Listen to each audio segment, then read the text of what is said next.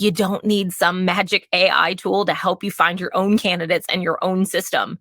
You need a faster way to find the talent you've already vetted, you've already screened, you've already qualified to get down further in the funnel and get there at the speed and efficiencies that you truly want. Hi, I'm Kortney Harmon, Staffing and Recruiting Industry Principal at Crelate. Welcome to FDE Express, a mini-series of the Full Desk Experience. In this mini-series, we'll be exploring specific topics related to growth blockers across your people, processes, and technologies in a quick and concise format. Each episode will provide you with actionable insights that you can implement right away.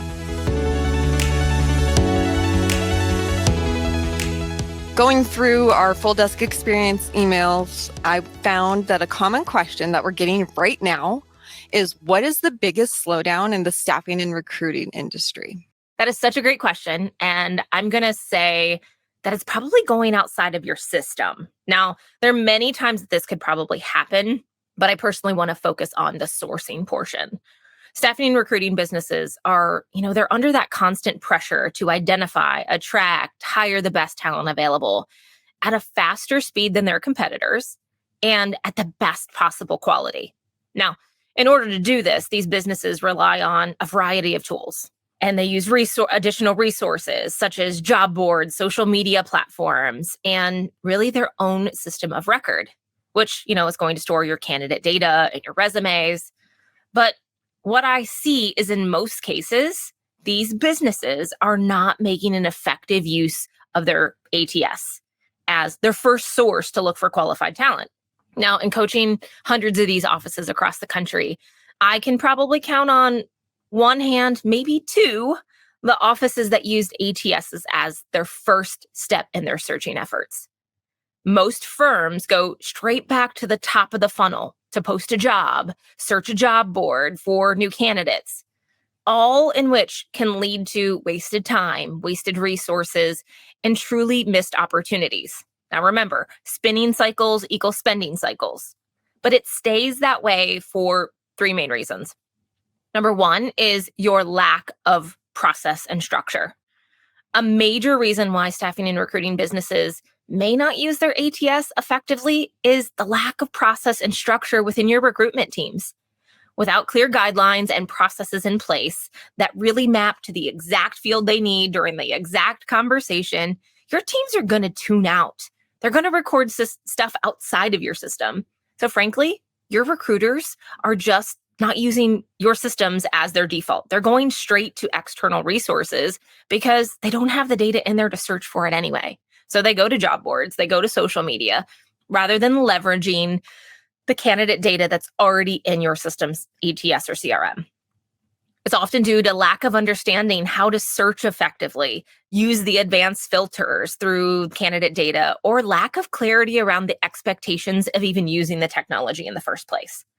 Without structure, it's just easier to default to methods that feel more comfortable, but honestly, they're way less effective in the long run. So that's number one.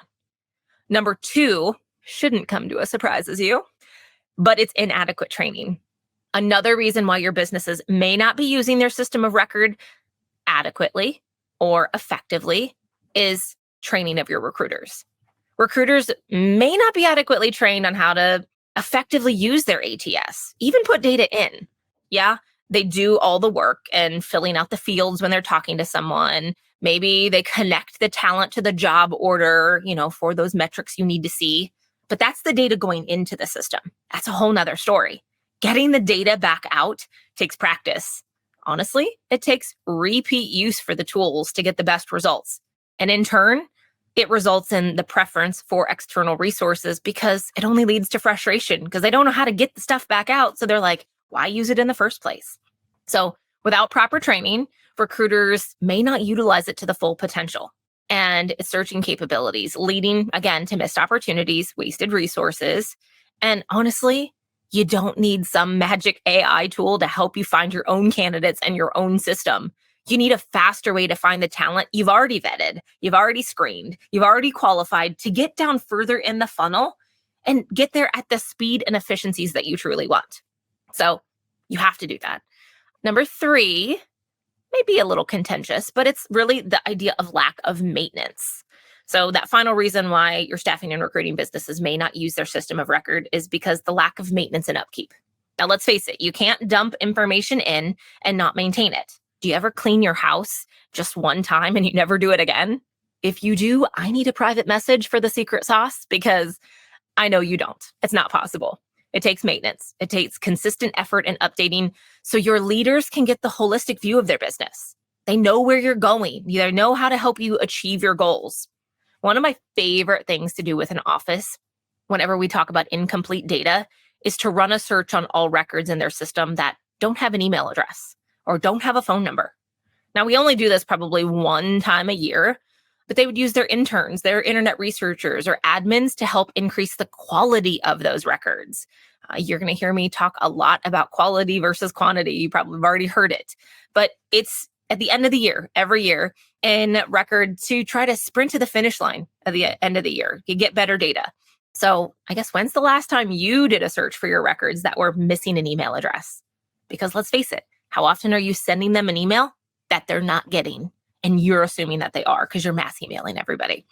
So if candidate and client data is not regularly updated in a logical manner, it becomes difficult and time consuming for recruiters to find the right candidates for your open positions. It's just another reason to opt out to external resources as a shortcut. Businesses make sure that the data is in their ATS and it's up to date and complete, so it's effective for your recruiting purposes.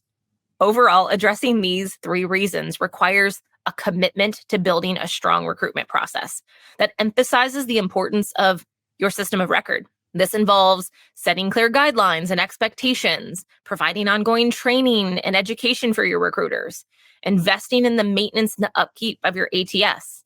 But by doing so, your staffing and recruiting businesses can increase their effectiveness of their recruitment efforts, save time and resources, and ultimately find the best talent for your clients. One of the major benefits of using your ATS as the primary source for your talent acquisition is that it allows your business to build a pipeline of qualified candidates over time. It allows you to flip the script to be proactive versus reactive in the rat race that most of our talent and teams are stuck in, rather than starting from scratch each and every time. And going back to the top of the funnel, your recruiters can pass go, they can collect $200, and they can draw from a pool of candidates that have already expressed interest and been qualified, and increase your speed to hire with the companies that you're providing talent for. It's going to save significant time, significant resources, lead to more efficient and effective recruitment, all while improving your candidate experience and relationships, which not only leads to more referrals, more repeat talent, and to level up your redeployment strategies. It's so much to think about from one little portion of your process. I love that, Court, especially thinking back in my past experience and all of my friends' past experiences with recruiters. They set you up with a job, you get the interview, you go talk to the recruiter, and then maybe the job doesn't work out for whatever reason, but then you never hear from them again, right? But your job search isn't over. How many times have candidates been abandoned by recruiters who just thought of them transactionally for this one job? I can only think of one instance in my 15-year career where a recruiter reached out to me about a job, wasn't a great fit for, and then got a call back a week later and said, hey, I've got something else for you. How often does that happen, really? So I think that's an excellent point that you brought up. Thank you so much. And honestly, one last thing and I'll be done, I promise. The number one complaint about recruiters is they call too frequently. When they want something, they call endlessly. It's like your phone's blowing up, your email's blowing up, your social media's blowing up because they think you're a fit.